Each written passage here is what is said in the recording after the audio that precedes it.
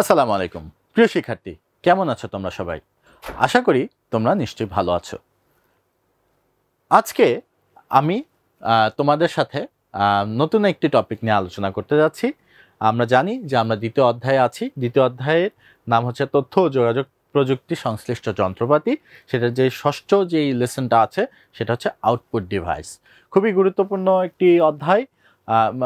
আমরা জানি এই অধ্যায়টা যখন পড়ছি, আমরা যত দিন যাচ্ছে তত আমরা কম্পিউটারের যেই যন্ত্রাংশগুলো আছে, হার্ডওয়্যার যেগুলোকে বলে থাকি, সেই হার্ডওয়্যারগুলো সম্পর্কে আমরা ধীরে ধীরে কিন্তু জানছি। তো সেই গুরুত্বপূর্ণ অধ্যায়ের গুরুত্বপূর্ণ একটা টপিক হচ্ছে আউটপুট ডিভাইস। ঠিক আছে, তো শুরুতেই আমরা যে কাজটা করব, আমরা আইসিটি বিষয়ের শ্রেণীকক্ষের যে মূল্যবোধগুলো আছে সেই মূল্যবোধগুলো চর্চা করব। আইসিটি শ্রেণীকক্ষের মূল্যবোধগুলো প্রথমটা হচ্ছে প্রতিটি কাজে আমরা সক্রিয়ভাবে অংশগ্রহণ করব, দলগত কিংবা জোড়ায় কাজ করার সময় একে অন্যকে সাহায্য করব, কেউ কষ্ট পায় এমন কোনো মন্তব্য বা কাজ আমরা করব না, কেউ কোনো বিষয়ে অস্বস্তি বোধ করলে তা শোনা বা দেখার চেষ্টা করব না, একে অন্যের কথা মনোযোগ দিয়ে শুনবো এবং অন্যের ভালো কাজের প্রশংসা করব। চলো দেখে নেওয়া যাক যে গত ক্লাসে আমরা কি কি করেছিলাম। আমরা শুরুতেই শ্রেণীকক্ষের মূল্যবোধ চর্চা করেছিলাম, আমরা প্রসেসর সম্পর্কে জেনেছিলাম, মাদারবোর্ড সম্পর্কে জেনেছিলাম, একটি ল্যাপটপের অভ্যন্তরে কি কি হার্ডওয়্যার আছে সেগুলো সম্পর্কে আমরা সাধারণ ধারণা লাভ করেছিলাম, প্রসেসরের সাথে আনুষঙ্গিক নানা রকম হার্ডওয়্যার সম্পর্কে আমরা জেনেছিলাম এবং আত্মপর্যালোচনার মাধ্যমে আমরা আমাদের ক্লাস শেষ করেছিলাম।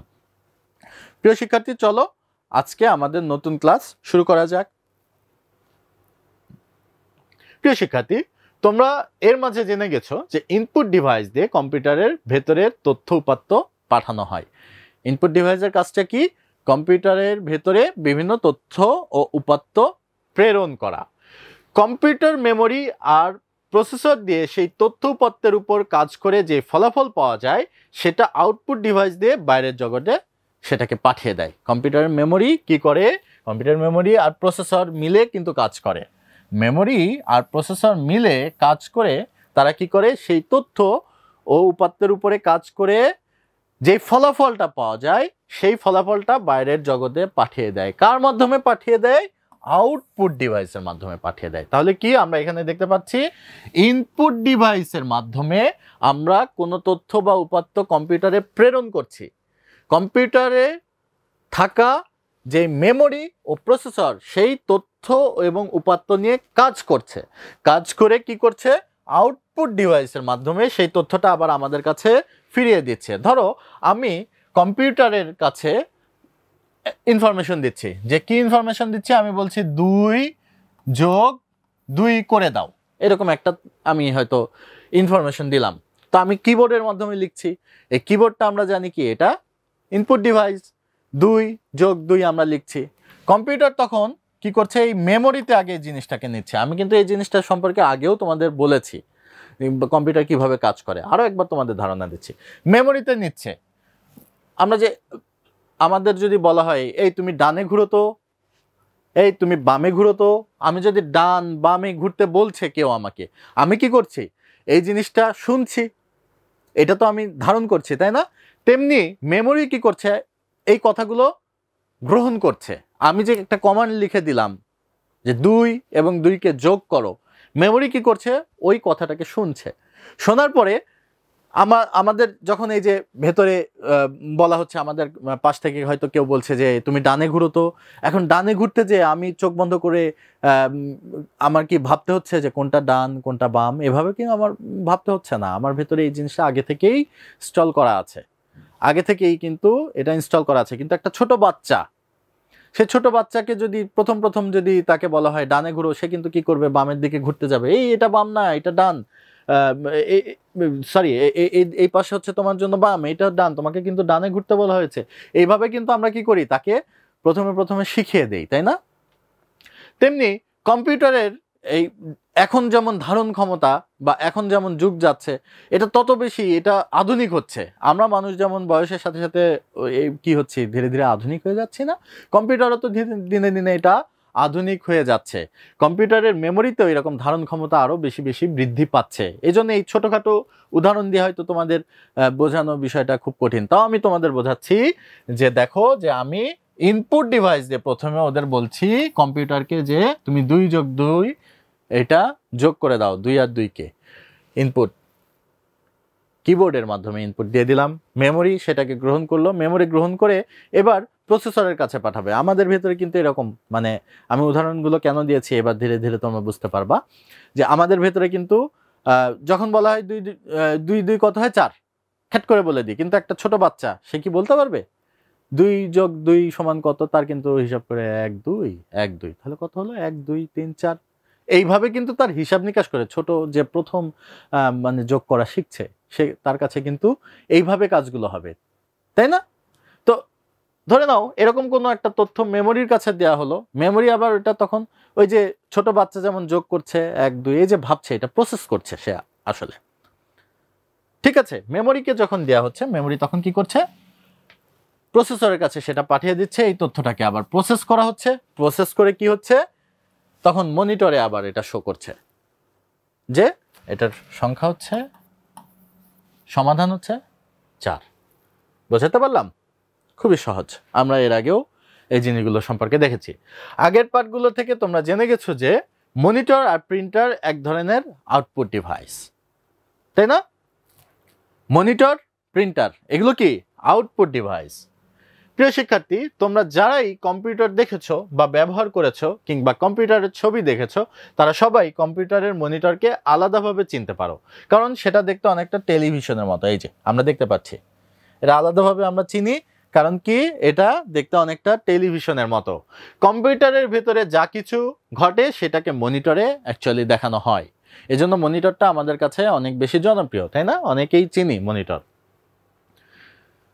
তাই যারা কম্পিউটার ব্যবহার করে তারা কম্পিউটারের মনিটরের উপরেই কিন্তু চোখ রেখে ব্যবহার করে, কারণ ওই মনিটরেই কিন্তু সব দেখা যায় যে কম্পিউটারের ভেতরে আমি কি ধরনের ইনপুট দিচ্ছি, কি ধরনের আউটপুট আমি পাবো, কি কাজ হচ্ছে না হচ্ছে, ওই মনিটরই কিন্তু আমাদের আসলে প্রদর্শন করে, ঠিক আছে? যেমন আমাদের মুখ দিয়ে আমরা কি করছি, আমাদের বাকযন্ত্রের মাধ্যমে আমরা ধ্বনি উৎপাদন করছি, আমরা এইটা থেকে আমরা বলতে পারছি ভাষার মাধ্যমে যে আমার যদি শরীর খারাপ লাগে আমি বলতে পারি যে আমার শরীরের ভেতরে এই সমস্যাগুলো হচ্ছে। আমার ভেতরে যদি ভালো লাগা কাজ করে সেটাও আমি যেমন বলতে পারি যে আমার ভিতরে এই কারণে ভালো লাগা কাজ করছে।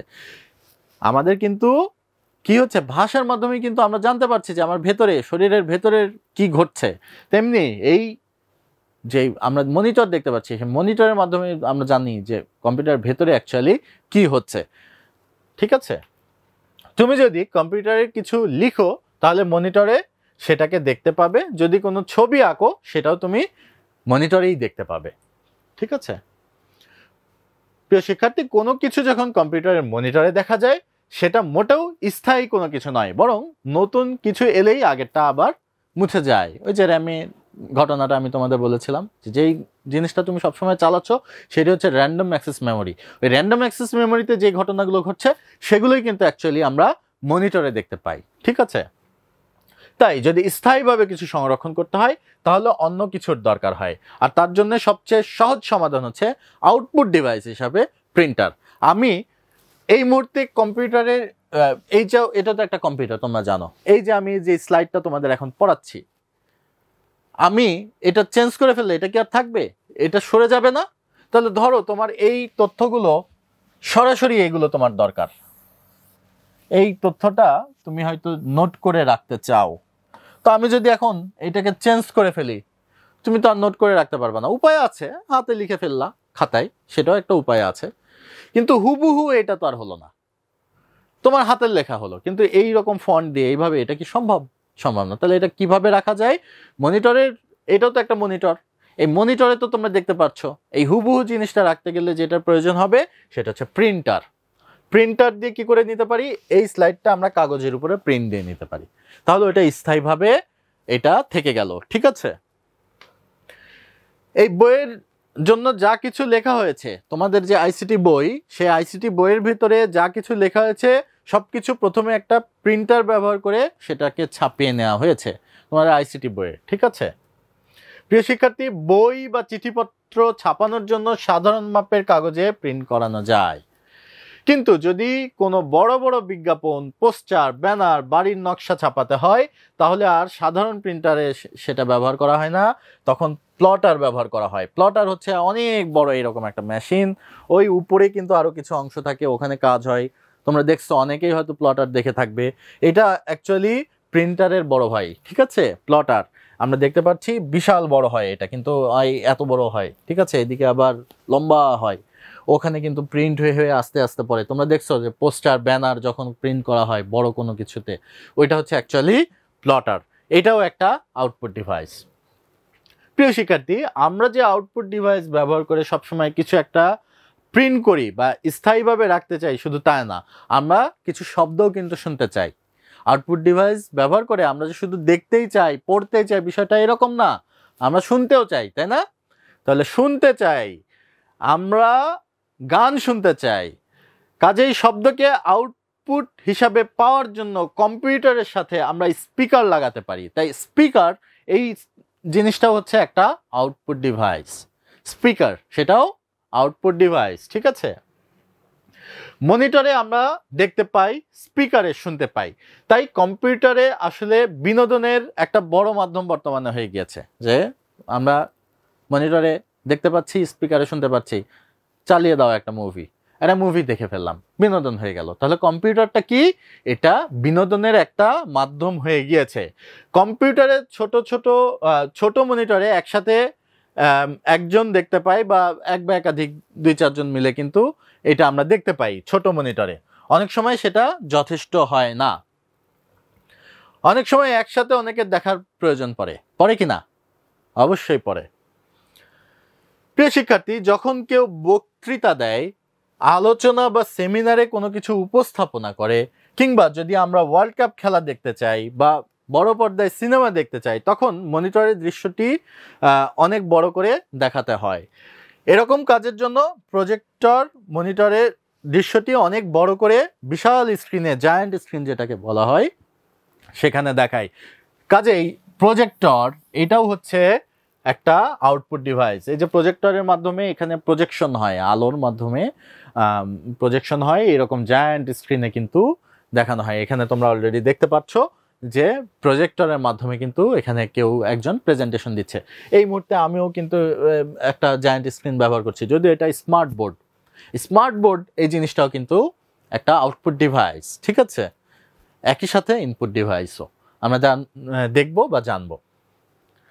প্রিয় শিক্ষার্থী, ইনপুট ডিভাইস নিয়ে আলোচনা করার সময় তোমাদের কাছে জানতে চাওয়া হয়েছিল এমন কিছু কি হতে পারে যেটা একই সাথে ইনপুট এবং আউটপুট ডিভাইস দুটোই? তোমাদের নিশ্চয়ই মনে আছে, ইনপুট ডিভাইস যখন আমি পড়িয়েছি তখন কিন্তু এরকম একটা প্রশ্ন করেছিলাম যে তোমরা ভেবে বলো তো। আমি উত্তর দিইনি ওই সময়, আমি বলেছিলাম সময় আসলে উত্তর দিব, যে এমন একটা ডিভাইস, এমন কিছু ডিভাইসের কেবলই একটা নাম বললাম যে আমি এই মুহূর্তে যেইটা নিয়ে কাজ করছি, এই যে তোমরা দেখতে পাচ্ছ এই যে বোর্ড, এই বোর্ডে কিন্তু আমি একই সাথে ইনপুট দিচ্ছি, এই যে ইনপুট দিচ্ছি, লেখা হয়ে যাচ্ছে, আবার এটা আউটপুট হিসাবে তোমাদের সামনে এই লেখাগুলো চলে আসছে। তাহলে এই বোর্ডটা কিন্তু একটা ইনপুট এবং আউটপুট ডিভাইস। এরকম আরো কিছু ডিভাইসের নাম কি তোমরা বলতে পারো? অনেকেই হয়তো বলতে পারছো, অবশ্যই হতে পারে। এবং এরকম যন্ত্র বা ডিভাইসের নাম হচ্ছে টাচ স্ক্রিন। এই মুহূর্তে যেটা ব্যবহার করছি এটাও একটা টাচ স্ক্রিন, ঠিক আছে? এই যে আমরা দেখতে পাচ্ছি টাচ স্ক্রিন মনিটরে কিন্তু এভাবে টাচ করে করে, এইখানেও কিন্তু টাচ করে করে এইটাকে কম্পিউটার হিসাবে ব্যবহার করা সম্ভব, খুবই সম্ভব, ঠিক আছে? ঠিক আছে প্রিয় শিক্ষার্থী, টাচ স্ক্রিনে একটা স্ক্রিন আছে যেটা মনিটরের মতো কাজ করে, এবং সেই স্ক্রিনে টাচ বা স্পর্শ করে তার ভেতরে তথ্য পাঠানো যায়।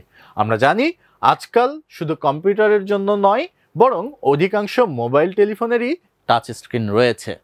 মানে কম্পিউটারে টাচ স্ক্রিন এটা তো আছেই, কিন্তু বর্তমান যুগে যে কোনো মোবাইল বলতেই আমরা বুঝি কি সেটাতে টাচ। মানে খুব কম মোবাইলে আছে যেগুলো বাটন ফোন বা এগুলো আমরা ব্যবহার করি, খুব কম মোবাইলে আছে যেগুলো বাটনের মাধ্যমে অপারেট করা হয়। মোবাইল বলতে আমরা যেটা বুঝি সেটা হচ্ছে টাচ স্ক্রিন, তাই নয় কি? কিছু ডিভাইস ইনপুট ও আউটপুট উভয় হিসাবে ব্যবহার হতে পারে, যেমন touch screen, pen drive, touch screen কিভাবে সেটা তো আমি তোমাদের বললামই। টাচ স্ক্রিন মোবাইলে তুমি কোনো কিছু হয়তো দেখছো, ওইটা আউটপুট হিসাবে তোমাকে দেখাচ্ছে, কোনো কিছু লিখছো ইনপুট হিসাবে এটা যাচ্ছে, তাহলে বোথ টাচ স্ক্রিন, তাই না? আবার কি পেন ড্রাইভ, পেন ড্রাইভে তুমি কোনো কিছু, আমি গত ক্লাসে কিন্তু তোমাদের পেন ড্রাইভ পড়িয়েছি, ইউএসবি ফ্ল্যাশ ড্রাইভ। তো এটা কি, আমি কোনো কিছু কম্পিউটারে প্রবেশ করাচ্ছি, ইনপুট হিসাবে প্রবেশ করাচ্ছি। পেন ড্রাইভ থেকে তুমি কিছু একটা হয়তো ওখানে একটা সিনেমা আছে, সেটাকে ছেড়ে দিলা, আউটপুট হিসাবে ওটা তোমাকে দেখাচ্ছে। পেন ড্রাইভটাও কিন্তু এইভাবে।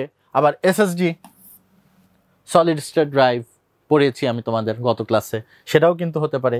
এইচডিডি হার্ড ডিস্ক, সেটাও একটা ইনপুট আউটপুট ডিভাইস, উভয় হতে পারে। এগুলো সম্পর্কে আমরা পূর্বেই ধারণা লাভ করেছি, নিশ্চয়ই তোমাদের মনে আছে। প্রিয় শিক্ষার্থী, এখন চলে আসো, তোমাদের ব্যক্তিগত একটি কাজ আছে। ব্যক্তিগত কাজটি কি? তোমরা কি নতুন কোন একটা আউটপুট ডিভাইসের কথা কল্পনা করতে পারো, যা দিয়ে দেখা বা শোনা ছাড়াও আমরা অন্য কোনো কিছু করতে পারি? আচ্ছা, ভেবে বলো এরকম একটা ডিভাইসের নাম। তোমরা এটা ব্যক্তিগতভাবে করবে, প্রত্যেকের খাতায় যে যার নিজের খাতায় নিজে করবে। কি কাজ করবে? কাজটা হচ্ছে এমন একটি আউটপুট ডিভাইস তোমরা খুঁজে বের করার চেষ্টা করবে, এমন একটি আউটপুট ডিভাইস, যে আউটপুট ডিভাইসের কথা তোমরা কি শুধু সেটা শোনা বা দেখা না, এর বাইরেও আরো কোনো কাজ তুমি করতে পারবে। এই কাজটি করার জন্য আমি তোমাদের এই শুধু একটি না, একাধিক তোমরা চাইলে এরকম খুঁজে বের করতে পারো, এবং এটার কিছু বর্ণনাও তুমি লিখে নিতে পারো। তো এটার জন্য তোমাদের আমি সময় দিচ্ছি, আজকে একটু বেশি সময় দিলাম, 5 মিনিট, যেহেতু তোমাদের কিছু বর্ণনা লিখতে হবে। 5 মিনিট সময় দিচ্ছি, তোমাদের সময় শুরু হচ্ছে এখন। প্রিয় শিক্ষার্থী, চলো দেখে নেওয়া যাক আজকের ক্লাসে আমরা নতুন কি কি শিখলাম। আজকে নতুন শিখলাম monitor, printer, plotter, speaker, multimedia projector, touch screen, এগুলো সম্পর্কে। আচ্ছা চলো আমরা একটু এই জিনিসটাকে আমরা দেখে নিই। মনিটর, এটা কি? অ্যাকচুয়ালি আউটপুট ডিভাইস, তাই না? মনিটর জিনিসটা কি? Output device. প্রত্যেকটা এখানে কিন্তু আউটপুট ডিভাইস। কিভাবে আউটপুট ডিভাইস? কারণ আমি তোমাদের শুরুতেই পড়িয়েছি যে আউটপুট ডিভাইস মানে যে জিনিসটা হচ্ছে তথ্য আমরা যার মাধ্যমে দেখতে পাই, বা তথ্য আমরা যেগুলোর মাধ্যমে গ্রহণ করি। কম্পিউটারে কি হচ্ছে না হচ্ছে সবকিছু কোথায় দেখা যায়? মনিটরে দেখা যায়। এই কারণে মনিটর একটা আউটপুট ডিভাইস। প্রিন্টার, মনিটরে সব তথ্য তো আমি বলেছি যে কি করা সম্ভব না, একেবারে তুমি এই যে তথ্য একটা আসলো আগের যে স্লাইড, সেটা কিন্তু এখন আর নাই। তাহলে একেবারে রিজিড ভাবে, একেবারে দৃঢ়ভাবে এই জিনিসটাকে কিন্তু রেখে দেওয়া সম্ভব না। তাহলে আমি যদি সেটাকে রেখে দিতে চাই, তাহলে কি করতে হবে? সেটাকে প্রিন্ট আউট করতে হবে, প্রিন্ট করে নিতে হবে। তাহলে এই যে প্রিন্ট করে নিচ্ছি, সেগুলো কিসের মাধ্যমে? প্রিন্টারের মাধ্যমে। প্লটার, প্লটার কি? প্রিন্টারের বড় ভাই, মনে আছে নিশ্চয়ই, তাই না? তারপরে কি? স্পিকার, যার মাধ্যমে আমরা শুনতে পারি, গান শুনতে পারি, তাই না? সিনেমা দেখছি, সেখানে আমরা মানে ডায়লগ শুনতে পারি। আচ্ছা, মাল্টিমিডিয়া প্রজেক্টর, সেটা কি? বড় করে কোনো কিছু প্রজেকশন করা, সেটাও একটা আউটপুট ডিভাইস। বড় করে কোনো কিছু দেখার প্রয়োজন হচ্ছে, আমরা প্রজেক্টরের সাথে অনেকেই হয়তো পরিচিত। আমরা যে কোনো খেলা বা কোনো বড় অনুষ্ঠান সব একসাথে দেখতে গেলে প্রজেক্টরেই দেখি, তাই না? আর টাচ স্ক্রিন, এই জিনিসটা হচ্ছে এর ভিতরে একটু ব্যতিক্রম। কেন? এই টাচ স্ক্রিনটা হচ্ছে এমন একটা ডিভাইস যেটা বোথ ইনপুট এবং আউটপুট ডিভাইস। ঠিক আছে? কেন? এই টাচ স্ক্রিনের মাধ্যমে আমি, ধরো টাচ স্ক্রিন মোবাইল, সেটার মাধ্যমে আমি কি করছি? কোনো কিছু দেখতেও পাচ্ছি, আবার কোনো কিছু ওর ভিতরে আমি প্রবেশও করাচ্ছি তথ্য, যে এটা করে দাও, বা এইভাবে আমি নির্দেশও দিতে পারছি, তাই না? এসব প্রিয় শিক্ষার্থী, এখন আমরা আমাদের সেশনের পর্যালোচনা করে ফেলি। আমাদের সেশনের পর্যালোচনা করি আমরা 3টি প্রশ্নের মাধ্যমে। সেই 3টি প্রশ্ন আমরা এখানে দেখতে পাচ্ছি যে আজকের সেশনের কোন বিষয়টি তোমার ভিতরে নতুন ভাবনা সৃষ্টি করেছে, সেশনের কোন কাজের জন্য তুমি নিজেকে নিজে ধন্যবাদ দিতে চাও, এবং সেশন শেষে তোমার অনুভূতি কি। এই 3টি প্রশ্নের আলোকে তুমি তোমার নিজের ভিতরে যে উপলব্ধি আছে সেটা সেরে ফেলো, এবং তোমার যে নির্দিষ্ট আইসিটি খাতা আছে, সেই আইসিটি খাতাতে তুমি এই 3টি প্রশ্নের আলোকে যা পাচ্ছ সেটা লিখে ফেলো। তোমাদের সময় শুরু হচ্ছে এখন। প্রিয় শিক্ষার্থী, আগামী সেশনে আমাদের কি কি শিক্ষা উপকরণ প্রয়োজন হবে? আইসিটি বই এবং খাতা, পেন্সিল, ইরেজার, পেন্সিল কাটার এবং রঙিন কলম।